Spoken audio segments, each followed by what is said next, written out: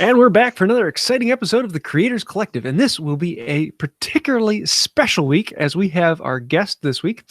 We have Rex Krueger from the YouTube channel, Rex Krueger. I love it when people actually have their name as their channel. It just makes things so much easier. Some dumb people out there like to do something like Wood by Right, and then it gets confusing. Well, I thought about different channel names, and at a certain point I was like, wait, I'm named Rex Krueger. I need to just go with that. Yeah. Good name. You should get these games right. There's already like 5 channels. You should wear a black and red striped sweatshirt in all of your videos. Cool. Well, I do want to say a huge thank you to our patrons on Patreon, particularly our newest patron, Matt Banj. I'm guessing I'm probably slaughtering your name, but thank you, Matt. And if you'd like to find out more about that, you can join us on patreon.com/Creators Collective. Also, you can listen to us live on YouTube every Thursday. Well, usually every Thursday, and as long as someone doesn't mess up thinking it's Christmas. Sorry. That's why we didn't have it last week. But that is Creators Collective on YouTube. And I think that's about it. Let's jump into this show. So we do have a special guest, Rex, and he's got a new book out, actually. And so we want to actually talk about making as well as making a book. That's something that's kind of a little bit different. So if anyone live has questions you'd like to ask him, go ahead and throw those in live chat, and we will add those to the list. So Rex, why don't you start us off telling us a little bit about who you are and what you do? Oh, so yeah, I'm a woodworker and I make content. I've been doing those things for about 3 years. Pardon me, I had a big career change about 3 years ago. I actually used to be a college professor, and that ended up being an awful job. So after 11 years of preparing for that profession, I bailed out and started doing this for a living instead. And now I do custom work and I make videos for YouTube, and I just recently wrote a book about wood turning. Sweetness. What did you teach? I taught English. Specifically, I taught writing at the University of California. Oh, okay. So where are you out of then? Right. So I'm from Connecticut originally, then Florida. So I feel your pain on that. I lived in Florida for 5 years. And I lived in Gainesville, which was a great town, but Florida is a miserable state. And Did you get a nickel tattooed on your elbow? No, I didn't get any tattoos, and I didn't drink any moonshine, but I also got out of Florida as soon as I could. Yeah. And I lived in California for a while, and now I live in Ohio. How I just want to know, like, what was your opinion of living in this long phallic state? I think it's a lot the same as yours. I hated the weather. And coming from Connecticut, like I was just used to 4 seasons and I was used to a certain lifestyle. And I always found Florida to just be like, I just never adapted to it. It was always gross and it was sort of unpleasant. And I would hit, like going from place to place, I would hit some small towns, and small town Florida is terrifying. I'm not even going to pretend. Like it can be redneck central there, and it is banjo chainsaw country. And both those things are fine with me. In my opinion, I feel like there's like 2 kinds of rednecks, right? There's 2 kinds. I like how we took 2 minutes. We went from intro to Florida bashing. God, I love it. It's my favorite pastime. It's the only. You know what? Since there's no activity or recreation for me to do here, I can't like mountain bike. I can't hike. Like all the outdoorsy stuff. I don't want to canoe in 120-degree weather. That's like all you get here, and I don't want that. I don't enjoy it. So like the only hobby I really have until I get back into the woods and the mountains is bashing Florida. That's taken place. That's my recreation other than being out in the shop. So I'm going to take. I grew up in the woods in Connecticut, and so when I visited Northern Ohio for the first time, I was like, "Oh my God, it looks like Connecticut, but there's an economy. I think I'll move." Yeah, yeah, but I mean, I think there's really 2 kinds of rednecks. There's one kind of redneck that I have respect for. You have like the industrious, like kind of innovative, like moonshiner, do it yourself, like make things happen redneck. And then you have like the, don't have a job, probably a little bit too familiar with, family members. And I don't know, like there's that kind. And most of like, that's the kind that we have down here. It's not like the, hey, I can fix a tractor with a coat hanger and duct tape. It's like, I can fix I'm not going to finish that sentence, but fixing something familial with a coat hanger and duct tape. I know we want to. It would have been a great joke, but it is definitely not appropriate for this. I know we want to move it along, but I have to tell a super quick redneck anecdote. which I belong to a blacksmithing club, and I was talking to one of my friends at the club the other day, and I said, "Oh, how did you get started with smithing?" And he said, "Oh, I needed to make hinges for my moonshine shack." See, that's cool.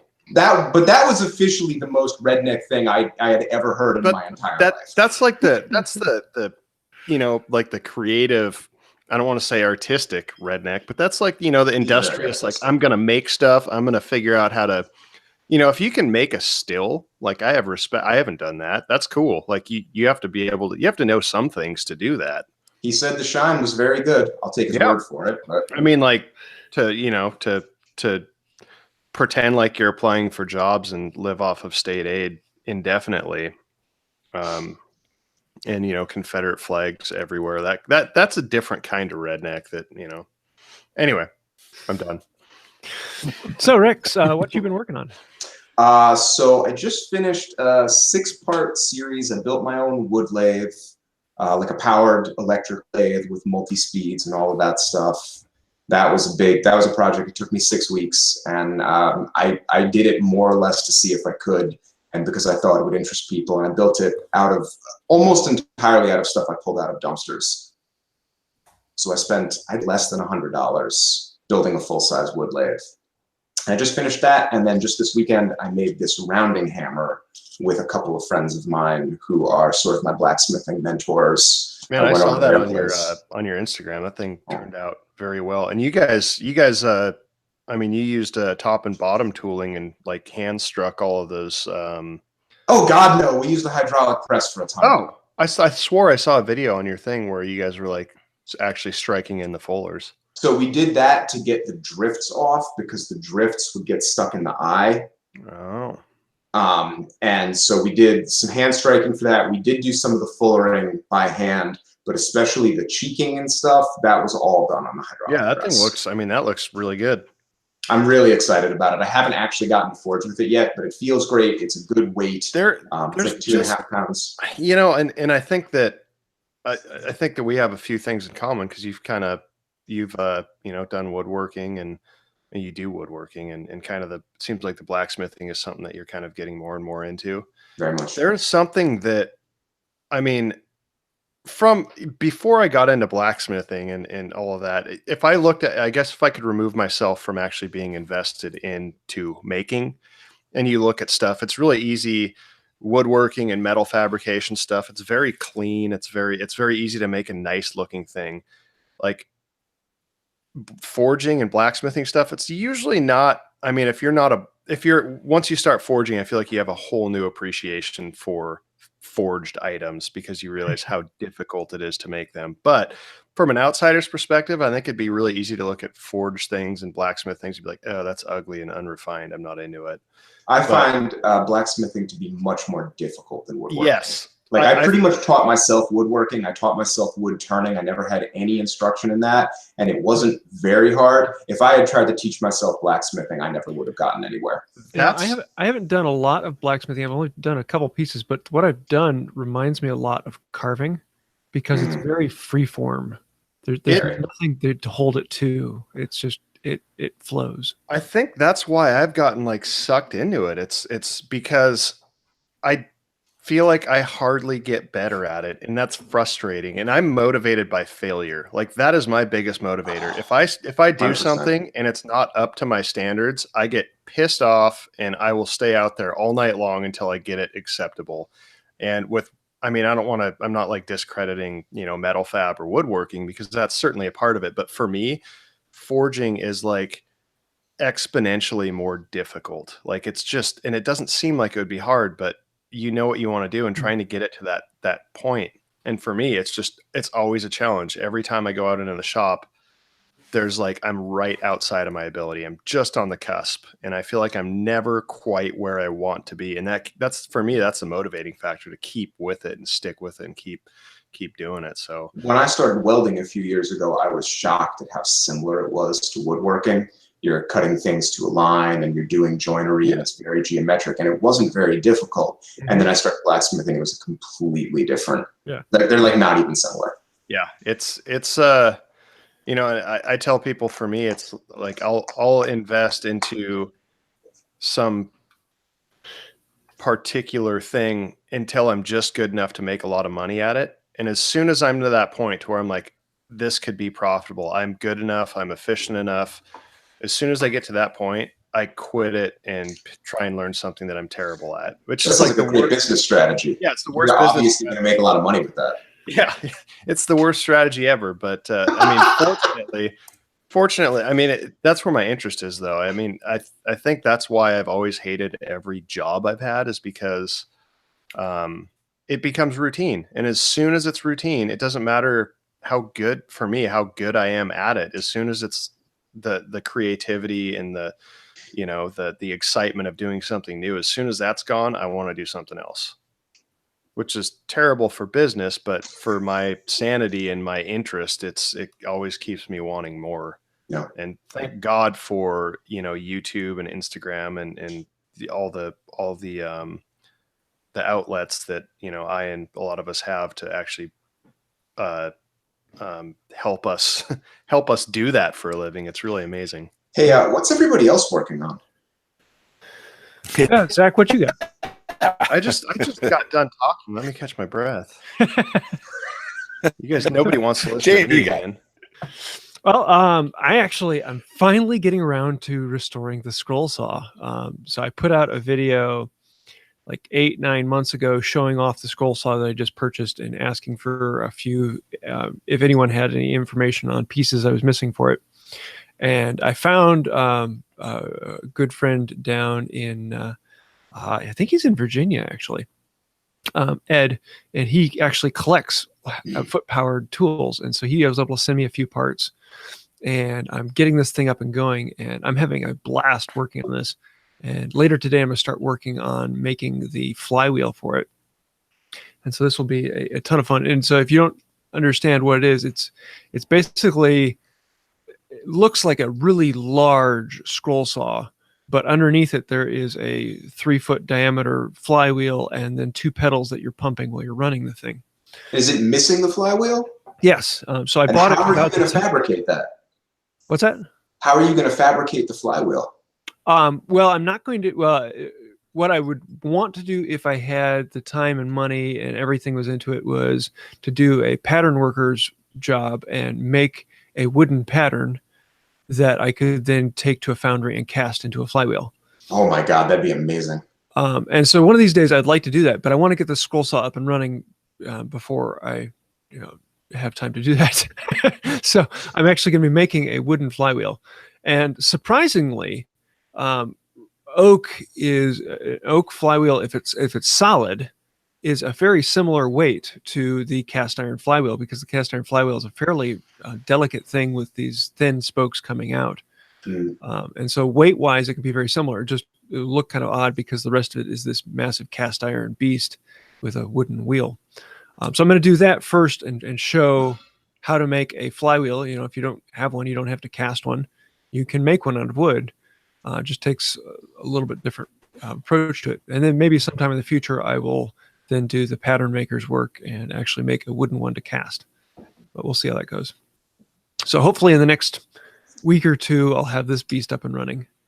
But I just put out a video on making the pedals, the struts, the connectors that go from the pedal to the flywheel to actually drive it. It's sort of too bad you don't live in the Cleveland area, because we have no shortage of foundries around here that could probably take that work. It would not, there's several within driving distance of my house. Well, I've had several people contact me who either work at or own, and they're like, "Hey, we can do it for you," and I'd be like, "Cool." That's amazing. And the pedal bases actually, Ed took his pedal bases and actually cast those as a pattern. So I have castings of the original for those, but for the flywheel, it's a little different beast. So you're in Cleveland, huh? Yeah, I live in Cleveland Heights, so just outside the city. Home of Lincoln Electric.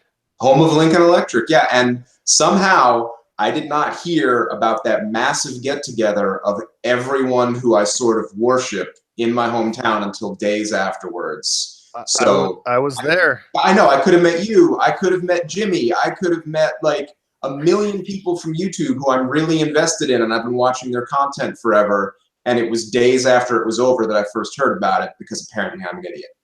So I've got some news for you, my friend. We're doing another one. Well, have you heard of the Spring Make 2019? Yeah, I've heard of that. Yeah, that's a thing. I don't know the details. I think they're just kind of launching that. So for anybody who's interested, it's kind of the same. For anybody who knows about Workbench Con or who went last year, it's pretty much the same thing, but it's more like metal working or metal fabrication. There's some blacksmithing courses that actually Brett McAfee, Jimmy's buddy, we're actually going to be teaching that. So is Tommy Matthews of Crooked River Forge, who is on Forge and Fire. So we're going to be doing some forging stuff up there. There's going to be a lot of metal fab stuff. I know Jimmy, and it's going to be a really big thing. So if anybody's interested in that, that's going to be Cleveland sometime this spring. I think if you just type in Spring Make 2019, you can get some details. I'll be there. Yeah, tickets. I think tickets are a little bit. I don't want to say they're cheap, but I think it's going to be a really good opportunity to get some hands on. I know Craig, the Lincoln Electric guy, really well, and kind of his idea is to throw something together that's actually more hands on. So if you're new to metal fab, or you want to learn how to weld, you actually get some time behind a welder and leave hopefully with the confidence of feeling like you know what to do. And I think there's some more advanced stuff there as well. So I don't know all the details, but just putting it out there for people who are maybe interested. Joe Pierce in the live chat says, James, you could make an epoxy river flywheel. It's not the worst idea I ever heard, like making the pattern and then just casting it out of epoxy with some reinforcement, like put rebar in it or something. That's not a terrible idea. Cool. Oh yeah, and the other thing I had going on, I believe we forgot, the strops. So I did a run of strops a couple weeks ago, and they all sold out in under an hour of saying that, hey, they're for sale. So this time I made a batch of well over 100, and they're almost all gone. I put them up yesterday, and I think I have like 20 left for sale. So if anyone wants them, they are still there, but they are horse butt strops and a lot of fun. So yeah. Cool. So, Will, what you got? Am I robotish or am I sounding okay? Not bad. Okay. All right. Good for you. So Rex, You're like bionically enhanced, not full robot. Okay, cool. All right. So I kind of changed it up a little bit this last week and got into some more mechanical stuff. So my in-laws were in town, and I've got this 72 Honda CT70 that's been kicking around my house for a while. I used to ride it when I was a kid. And he might have a gearhead, and so he said, well, let's tear this thing down, get it running again. I think it'd be kind of fun. Pretty familiar with stroke engines and working on chainsaws and stuff like that, but when it comes to four-stroke engines, I'm pretty well a novice, and I wouldn't even call myself a shade tree mechanic, but but he is a total gearhead. So we broke the thing down, took the cylinder head off, freed up the piston, got everything running kind of smooth, and then I'm just waiting on some parts, some points, and a condenser to get the whole thing running again. But I'm having a lot of education. So then they went back to California and left me back in my shop, where I actually had to get some work done, working on these 13-foot long walnut bar tops, and they are a huge pain in the tuchus.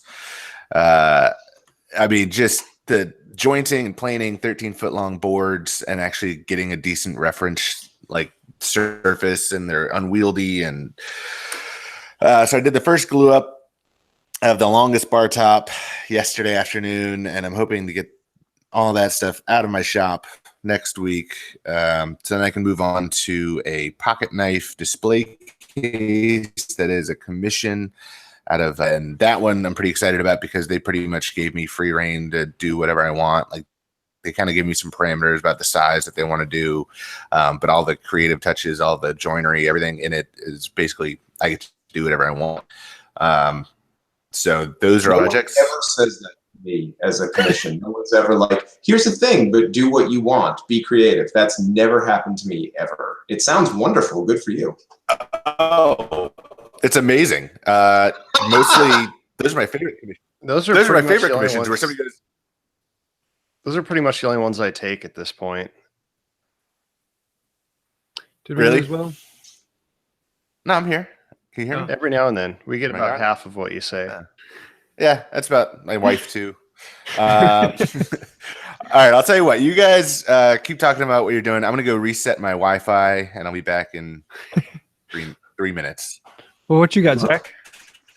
So let's see. What do I have? I have such, my memory's awful. I've been busy and I'm very forgetful when I'm busy, and I'm not a good multitasker, and I've been doing a lot of that. So, God, a week. What have I done in the past week? Forged out some more hammers, a whole bunch of hammers. And it's funny because I'm waiting for, I'm really excited to do something new. I've made like almost, well, I think I'm at like 55 or something, and like 90% of those have been rounding hammers. I really want to take some time and develop a cross peen that's like a unique cross peen, because I know a lot of people like cross peens, and every time I almost get caught up to orders and I'm like, okay, I'm finally going to get out there and design some new styles, like I just get blasted with more orders. So I need to like just start booking further out and give myself some time. So I've been forging hammers. Can I break in just for a quick sec? Yeah, absolutely. I know that the cross peen is a really common design, but I think if you want one to sell, you might think about developing a straight peen. So for people who don't know, the cross peen has a thinner section, almost a chisel point, that goes perpendicular to the hammer, and a straight peen, it's parallel. And I've used a straight peen hammer a few times. I find them really convenient and easy to use, and they're much harder to lay hands on. You can find cross peen hammers at flea markets, but straight peen hammers are pretty rare. I want one really badly at the moment, and it's something to definitely think about is developing a straight peen design. I mean, I think they'll be the same style. Like, I have an idea in my head. I just haven't had a chance to actually go knock it out, but I think I'll be able to use the same style, and it's just which direction I'll end up tapering the peen, or the opposite of the peen. I still don't know how that works, but yeah, so you know, I need to do that. I feel like everybody, it's funny, I feel like everybody who gets into blacksmithing, I think people just think rounding hammers are ugly, so everybody wants a cross peen because they're like cooler looking or something. I don't know. I'm a rounding hammer guy. Like, that's, I mean, there's certainly use for, like, I've been doing some more knife forging lately, and I will say, I think, as much as I hate to admit it, because I love my rounding hammer for everything that I do, but I think for knife forging, there's certainly the cross peen is certainly useful. I've used it on, so here's one that I forged yesterday. It's actually Damascus, but you can't see it.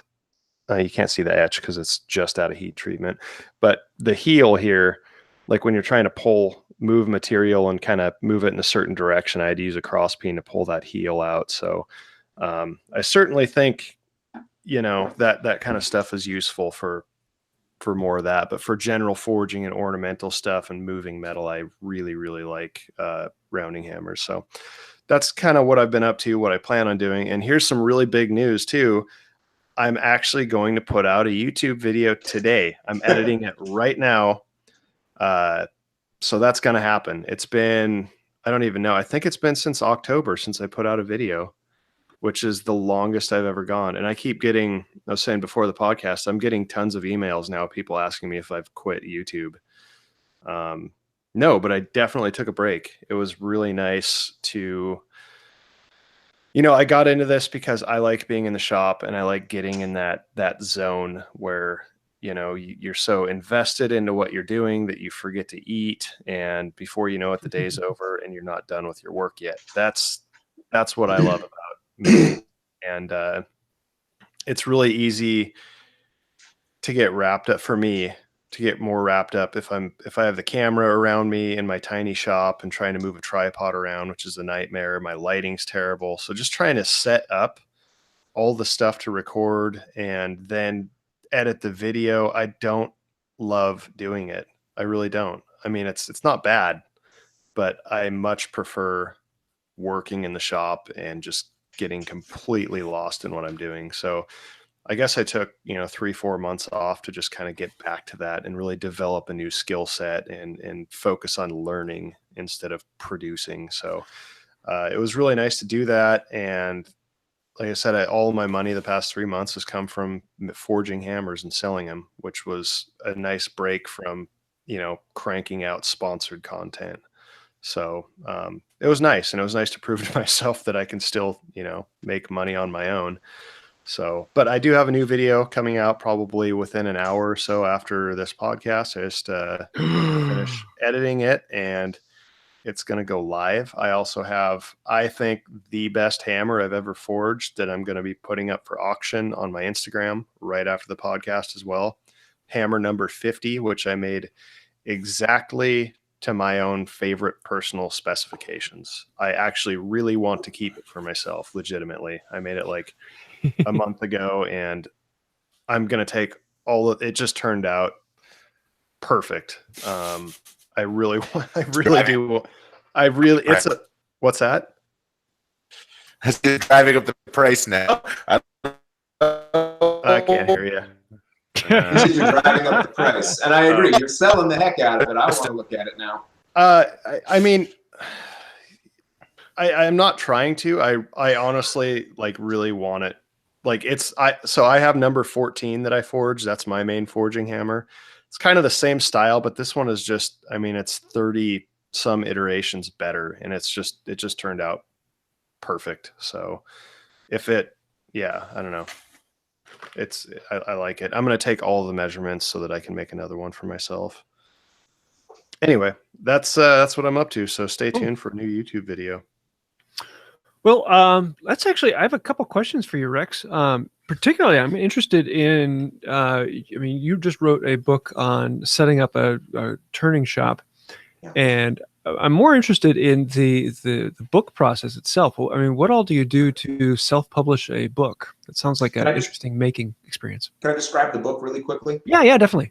So the book is called 1 Week to Wood Turning, and you can grab that on Amazon, or you can go to rexkrueger.com/book and check it out there.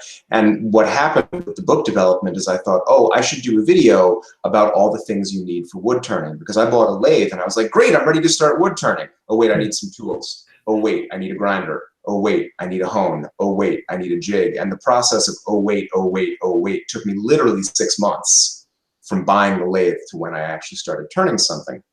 And I couldn't find any resources that really spelled it out clearly. And I thought, I'm going to make a video about this. And I thought, no, that'll be a 2-part, 5-part, 15. Oh, the heck with it. I'm just going to write a book.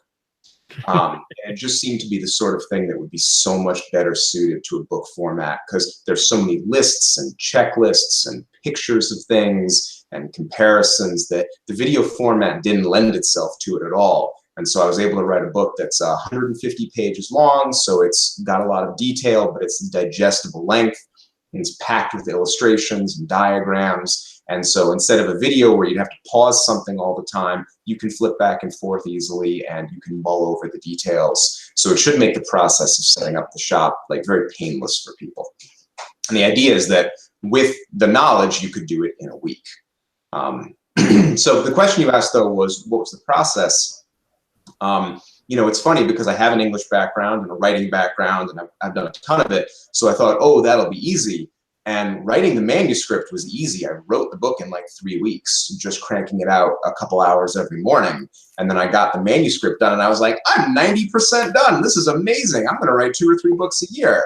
And that was 5 months ago. And the book just came out because the photography, the layout, the formatting, the cover, getting it up on Amazon, promoting it. It ended up being a really big undertaking, and just writing it was maybe less than half of the process. Yeah, my wife is she's a multi-published author. She writes mostly like children's books and stuff. Huh. And so the process there, I mean, most of her stuff has to go through illustrators. And yeah, she'll write a book. She'll literally write, well, I mean, she's written books, but like the kids' books, she'll write them in a day, the whole thing. And then it takes, 4, 5, 6 months before it's actually like available on Amazon. So yeah, it's quite the process. The one thing I would say about the process is that these days it's become incredibly democratized. Like if you want to write a book, you can. I did the whole thing myself except for the cover, and that was also my only expense. I had a great guy named Iron Gordon, and you can check him out on Instagram and YouTube. He does great old style lettering, and he did the cover for it. That was $150, and that was my only cost in bringing the book to market. Wow. So I got a book published for $150. And if I were a better graphic designer, I could have done it for $0. Huh. So in that way, I would really Wow. recommend it. The one thing that I had going for me is that not only am I, like, I'm a decent writer, I just mean from a technical perspective. Like I know where the commas and the periods go. And then I have a lot of people in my, What about the in my life. Yeah, I don't want to go around saying I'm a great writer in like a Hemingway fashion. I don't mean that. But I know where to stick stuff. And my wife and a lot of my former colleagues are fantastic editors and proofreaders. So I just asked, actually the deal was, if you do this for me, I'll never ask again. And so I sent it out to a couple of my friends and colleagues, and they proofread it for me. Because ironically, even though I'm an English teacher, I'm also dyslexic. So the spelling was, and other things were sort of problematic in there. So they fixed that up for me, and I got the cover done. I did all the photography and layout myself, which was an absolutely agonizing process. It took forever. But then when I got it done and got it up, the great thing about digital publishing in particular is that it never goes out of print, and it's never out of stock. And in theory, I can sell this book for the rest of my life, which is really attractive. So I'm going to try to talk. Hopefully you can hear me, everybody. You sound pretty good. Okay, good. So Rex, I read your book last night. Oh, wow. Awesome. Yeah. And I have to say, from a perspective, Yep. Did you lose me again? No, you're back. Go ahead. From a Turner's perspective, I think it is a great book. I was expecting to read it and agree with you on some things, but I think getting up and started turning is a great kind of manual. From starting with nothing to turning. The only thing I disagreed with was putting a Jacob's chuck before a jawed chuck, and not including a bowl gouge in your top 5 starter tools. Oh, yeah. And those are definitely things that are open to opinion. I turned a ton of bowls before I even owned a bowl gouge. I used a tool called an Oland tool that you can make yourself. And the thing about the Oland tool that's great is it's pretty much catch-proof. You really can't catch it on the wood. And so even though I've turned dozens and dozens of bowls, I only got my first bowl gouge like 4 months ago. So to me, it's kind of a luxury tool because there's other tools that'll turn a bowl safely, but more slowly. And I also just didn't have a jaw chuck for a long time. I got by with a faceplate. So that's just stuff that reflects my experience. And I could definitely see somebody wanting to go a different direction, getting the jaw chuck first or getting but also the jaw chuck is very expensive. Whereas a Jacob's chuck, you can get an offshore one for like $30 that's completely decent. Chuck you can get for like $100. So, and I think it's way more versatile, but now I think we're getting into semantics and, personal experience and stuff like that. Yeah. How do you sharpen a chisel? No, that's not even. But I'm very glad that you liked the book. I really appreciate that another Turner appreciates it. Yeah, I thought it was far more thorough than I was anticipating. And it's like you said, there's no real book out there that gets you up and running, and people that have other interests in selling you things. Oh, you need this, you need this, you need this, and you don't. And I thought it was a really good way to get up and running. and yeah, just kudos. I went into it, you know, because I was going to kind of grill you on the podcast. You're welcome to. It's cool. No, that's kind of what I do. No, I was going to grill you, but no, I thought it was really, really well thought out. And you had one sentence in there that I didn't. That I think it was just a very definite statement. You said that all turners. You said that all turners learn spindle. I bet you're saying all turners learn spindle work first and then bowl work. Yes. Yeah. And I don't think that's necessarily true. Huh. I turned a chisel handle and went, yeah, cool, spindle turnings, whatever. Let's get into some bowls. Because that's what interested me. Like, I don't ever see myself turning a pen, or I do spindle work to make money, like pedestal legs and things like that. Sure. But like my shop meditation is bowl turning. So, but anyway, that's just a, you know. No, and it definitely shows the diversity of experience. I'm not super interested in spindle turning. I mostly do it for tool handles and stuff, but I did a lot of spindle turning before I did my first bowl. I think because I had the impression that bowl turning was very dangerous. Turns out that's kind of half true. And you can turn bowls pretty safely. I have had some mishaps with bowls that have been, I don't know if you can see, I actually have a scar on my forehead right there. And that's actually a bowl. Here's a tip for you guys. Turn with a face shield on. Safety glasses are not adequate. Or you can get a spring pull lathe and not have to worry about what happened. What's the story? Well, I mean, I was turning a spalted maple hollow form, a vase probably, and I had the lathe set much, much too high, and I did have it in a chuck, and I came in for a hollowing cut, and I got a bad catch, and I was standing out of the way trying to be safe, but the form bounced off the ways and then hit me in the head. Ooh. And it's the only, I've been turning for years. It's the only time I've had an injury like that, but it was like somebody hit me in the head with a baseball bat. And it bled a lot. I feel like I've seen so many people, like all of the videos that I've seen, when something blows up and ends up hitting the person, it always blows up, bounces off the wall right behind the lathe, and then smacks people in the face. Yeah. So if you have a big enough shop, don't put your lathe next to the wall. Well, it wasn't the wall, it was the ways. It bounced off the ways of the lathe and then bounced straight up at me. And there's even there's a smear of green paint on the piece, so I can tell exactly what happened. And I was trying to be safe and trying to stand out of the way, and but I'll take full responsibility. I was cutting it too fast, and then I had a catch, and I had to stop and readjust the chuck, and I was like, oh, that's annoying, get caught. What I should have thought to myself is, gee, what I'm doing is wrong. I should change what I'm doing before I get beamed in the head with a 15-pound chunk of maple. That would have been the correct way of looking at that. So I want to say I really like in your book your take on carbide versus high-speed steel tools, and I completely high-speed steel tool turner, traditional tool user myself. I actually like, but it's a motivator to learn how to sharpen. A dull gouge will catch fiercely. And yeah, and then when you turn to the sharp gouge, you're like, oh, this is way better.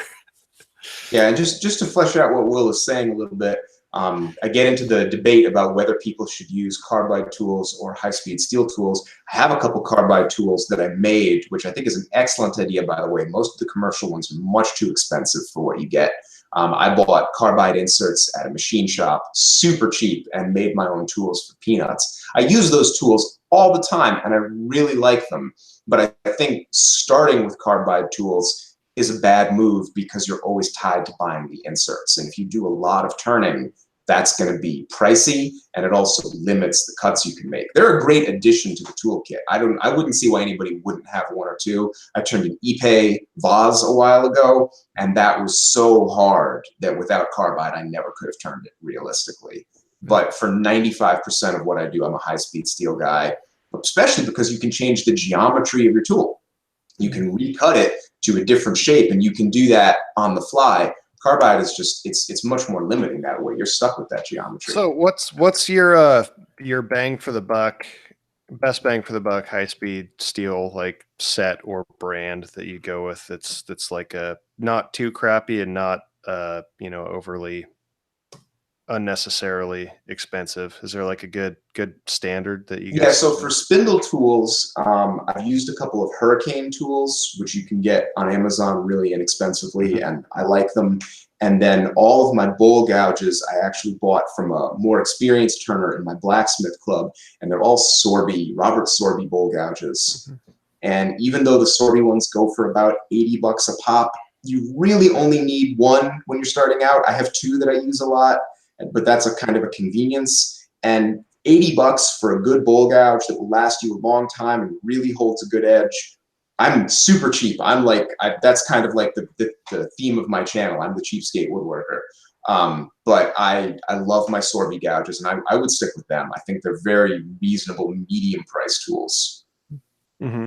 I would say I haven't tried the Sorby. I've been eyeing them, as well as Works and some of the other high end ones. But I actually have the 5/8 inch Hurricane bowl gouge, and it's pretty quality and holds a decent edge. So there's another good. Hey James, you turn on a spring pole lathe. What tools are realistic when you're turning that at that velocity? What can you use? You can use anything.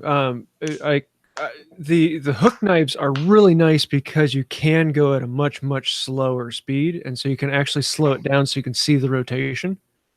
But I mean, on smaller items, I can actually get it up to around 1,000 to 2,000 RPM, and so it just depends on the dolly. That's as fast as my electric lathe goes. Is 2,000. The interesting thing is though that as I used to turn on a powered lathe, and I got very much into high speed edges, and that's what I like to turn with. But when I got to the spring pole lathe, anytime I'm doing something larger with a really hard wood, like I did some African blackwood, I just could not get the edge I was looking for with a good sharpened edge. And I found that even on a spring pole lathe, I really like using the carbide bits, which was very surprising to me. Now on the softer woods, your maple, your oak, anything that and softer, the cutting edge is much superior. But on the hard woods, anything over maple, I really liked using the carbide bits. I bet with that lathe too, you could use older carbon steel tools and they work great. Oh yeah. Whereas the electric lathe, they dull too quickly. I see them at estate sales, and I'm like, oh, lathe tools, and then I'm like, oh, they're carbon steel. They're going to be more trouble than they're worth. No, I have my bowl gouge is a Sorby, but my regular are just a simple carbon steel, like I have in my plane irons, because I sharpen them with a diamond paddle. I don't sharpen them on a grinder. I'm surprised you're not like flint napping your own tools. I actually want to do a video on that sometime. I feel like you guys know the story of actually how James and I came to know one another. Is yes. I actually made a video mocking him. Oh, really? Not just mocking him, but I was talking about the bench grinder and how I think everybody needs to have one. And I said, everybody should have a bench grinder, even if they're hand tool only. And I said, this is what happens if you don't have a bench grinder. And I cut to James on the floor of his shop, kneeling on a piece of sandpaper, grinding a plane iron by hand on a piece of sandpaper. And I cut back to me and I said, dude, you've got to be effing kidding me. And I beeped out. It's the only time I've ever sworn on one of my videos, and I beeped it out. And James, I have to admit, is a prince, saw that and got in touch with me and said, hey, that was funny. We should do a collaboration. And I was like, I'm surprised you don't want to fight me. I was just an absolute jerk to you. I couldn't believe it. And he's been an incredibly gracious guy to know on YouTube, and a little bit of a mentor to me.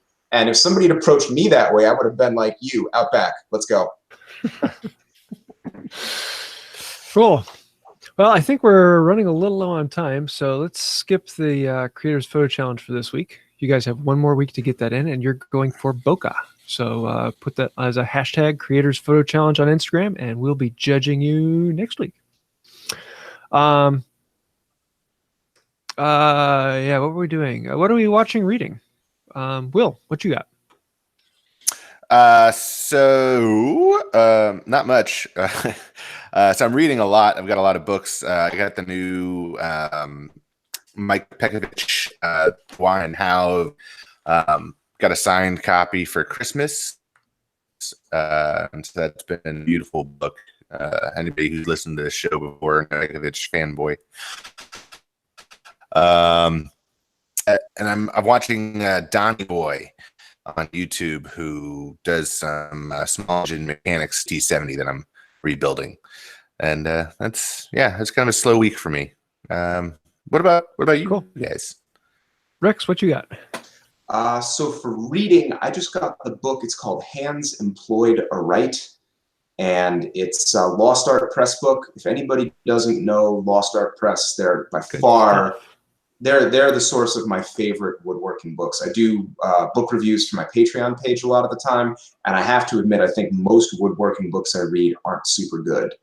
And Lost Art Press really fires on all cylinders. And Hands Employed Aright is about a minister in the 1800s in Maine who supplemented his income with furniture making. And he kept journals obsessively. And because he was in a small, isolated town, almost all of his furniture still exists in that town. So one of the guys who writes Mortise and Tenon magazine went up there, checked out all the furniture, read through thousands of pages of his journal, and wrote a sort of woodworking biography, including going into the shop and trying out this guy's particular techniques. And it's engrossing beyond description. So it's called Hands Employed Aright. And for stuff I've been watching the sci-fi show Van Helsing, which is sort of a low-rent version of The Walking Dead, but with vampires. And it should be terrible, but instead it's actually great. So that's the thing I've been watching recently. Very cool. I've really wanted to, and it's been on my list for a while, and for some reason it keeps slipping me by. I read a lot. I really want to get the By Hand and Eye book from Lost Art Press. It's excellent. I have it, and it really did change my mind about a lot of things. I bet it's something that that James likes. Yeah, I've got a copy. No, it's one of the like I have like 6 books on my shelf, and that's one of them. Cool.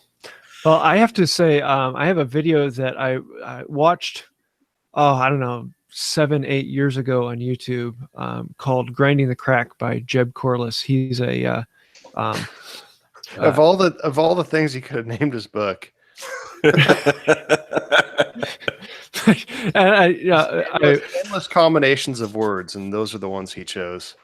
It sounds like a 90s R&B song. He's actually I think that was on Boyz II Men's second record. Yeah, right before Bump and Grind. He's actually a wingsuit parachute, and he flies down this canyon in a wingsuit and is literally feet off the ground. Absolutely incredible video. And every now and then I go back to it, and it's something whenever I'm down or I'm just not feeling up to doing something. It's video that I watch regularly. Just very inspiring. So yeah, definitely got to check out his channel. It's nothing to do with making, but a lot of fun to watch. Awesome. Yeah. You got Zach?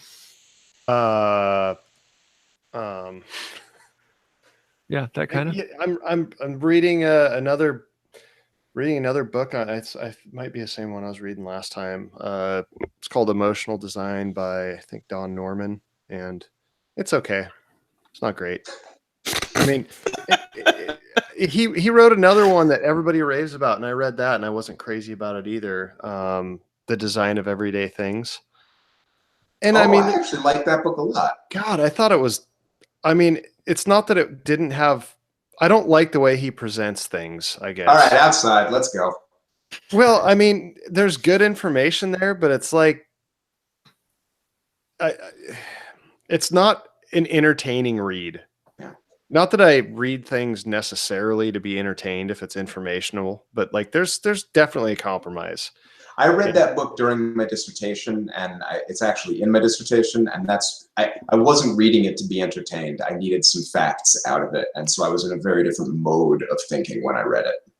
Well, you know, he's got these 2 books on design, but I feel like at heart he's more of a psychologist than a designer, because everything that he has design is all kind of more related, and he goes off on these like rants, and I'm like, wait a minute, this book is about design. Like same as the first book. I'm like, what? I've read like 6 pages, and it's like one big paragraph. There's like, you know, it's like he just goes off on a tangent, and it's all about like, you know, visceral and you know, all this. Like he goes, it kind of shoehorns into design, but it's kind of, I feel like it's more of like a tertiary you know, facet of design. So I don't know. I mean, I'm saying that, I'm not saying that there's not good information in there. It's just kind of like, it happens too often where I'll get like 2 or 3 pages into a rant. I'm like, this is a book. I'm still reading a book on design, right?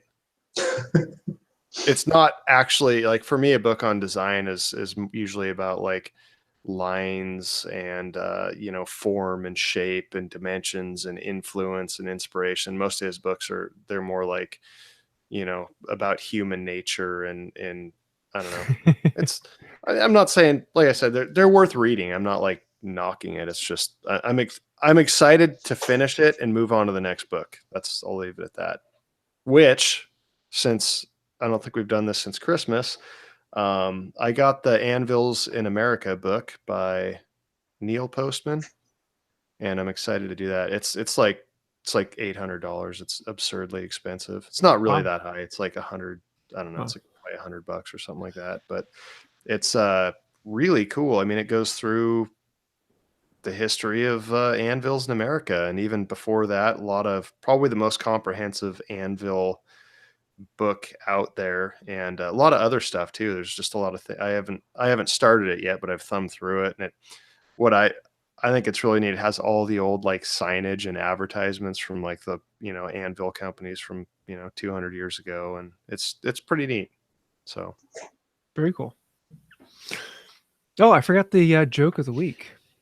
This one is from Hand Plane Pastor. I had been feeling really bad recently, so I went to the doctor, and after a bunch of tests, he suggested I get my DNA sequenced. When the results came back, he looked at them, and with a sad face, he said, "I'm sorry, but it appears the problem is your DNA is backwards." I looked at him confused and said, "And?"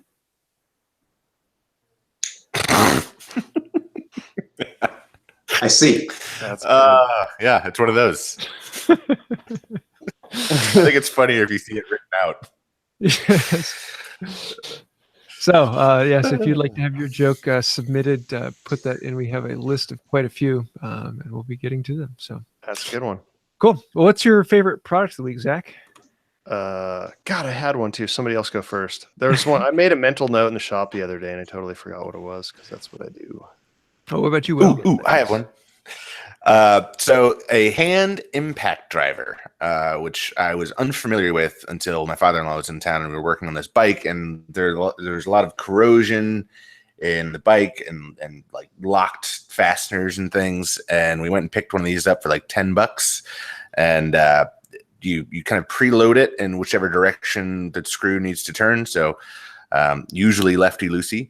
And then you smack it on the end with a hammer, and it does a really good job at freeing up a seized screw or machine screw or something like that. And I could see it being used for restoring old machines and things like that without stripping, having to figure out another way to get it off. But hand impact driver, that's what I got.